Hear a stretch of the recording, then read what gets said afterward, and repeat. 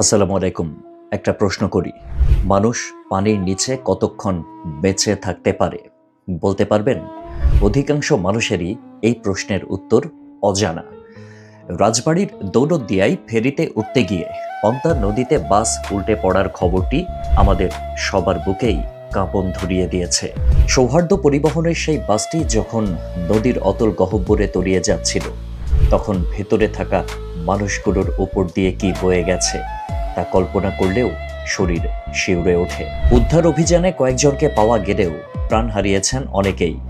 এই শোকাবহ ঘটনার পর একটি প্রশ্ন আজ সবার মনে বারবার উঁকি দিচ্ছে: মানুষ আসলে পানির নিচে ঠিক কতক্ষণ বেঁচে থাকতে পারে?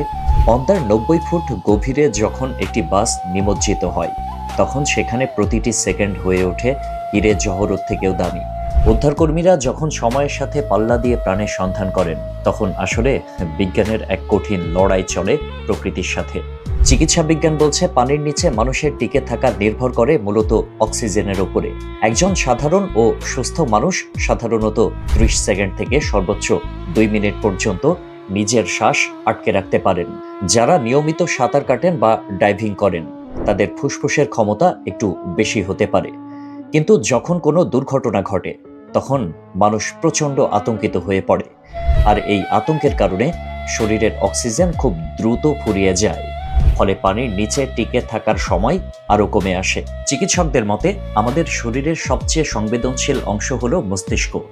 পানির নিচে যদি 4 থেকে 6 মিনিটের বেশি অক্সিজেন সরবরাহ বন্ধ থাকে, তবে মস্তিষ্কের কোষগুলো স্থায়ীভাবে ক্ষতিগ্রস্ত হতে শুরু করে। 10 মিনিট পার হয়ে গেলে একজন মানুষের ফিরে আসার সম্ভাবনা প্রায় শূন্যের কোঠায় নেমে আসে।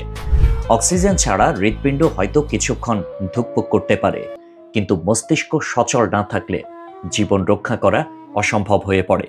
তবে প্রকৃতির কিছু নিজস্ব নিয়মও রয়েছে। অনেক সময় দেখা গেছে অত্যন্ত ঠান্ডা পানিতে ডুবে গেলে মানুষের শরীরের তাপমাত্রা হঠাৎ কমে যায়, যাকে হাইপোথার্মিয়া বলে। এতে শরীরের মেটাবলিজম বা শক্তি খরচ হওয়ার গতি ধীর হয়ে যায়। এমন পরিস্থিতিতে কখনো কখনো 10 মিনিটের বেশি সময় পার হওয়ার পরও অলৌকিকভাবে কেউ কেউ বেঁচে ফেরেন। তবে এটি সম্পূর্ণই পরিস্থিতির উপরে নির্ভর করে। দৌলতদিয়ার এই বাস দুর্ঘটনা আমাদের মনে করিয়ে দেয় যে জীবন কতখানি অনিশ্চিত।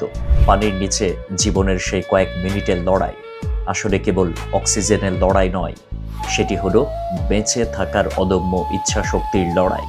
প্রতিটি দুর্ঘটনা থেকে আমাদের শিক্ষা নিতে হবে এবং যাতায়াতের ক্ষেত্রে সুরক্ষা নিশ্চিত করতে হবে। যারা এই দুর্ঘটনায় প্রাণ হারিয়েছেন, তাদের আত্মার শান্তি কামনার পাশাপাশি নিখোঁজদের জন্য আমাদের প্রার্থনা অব্যাহত থাকুক। আল্লাহ হাফেজ।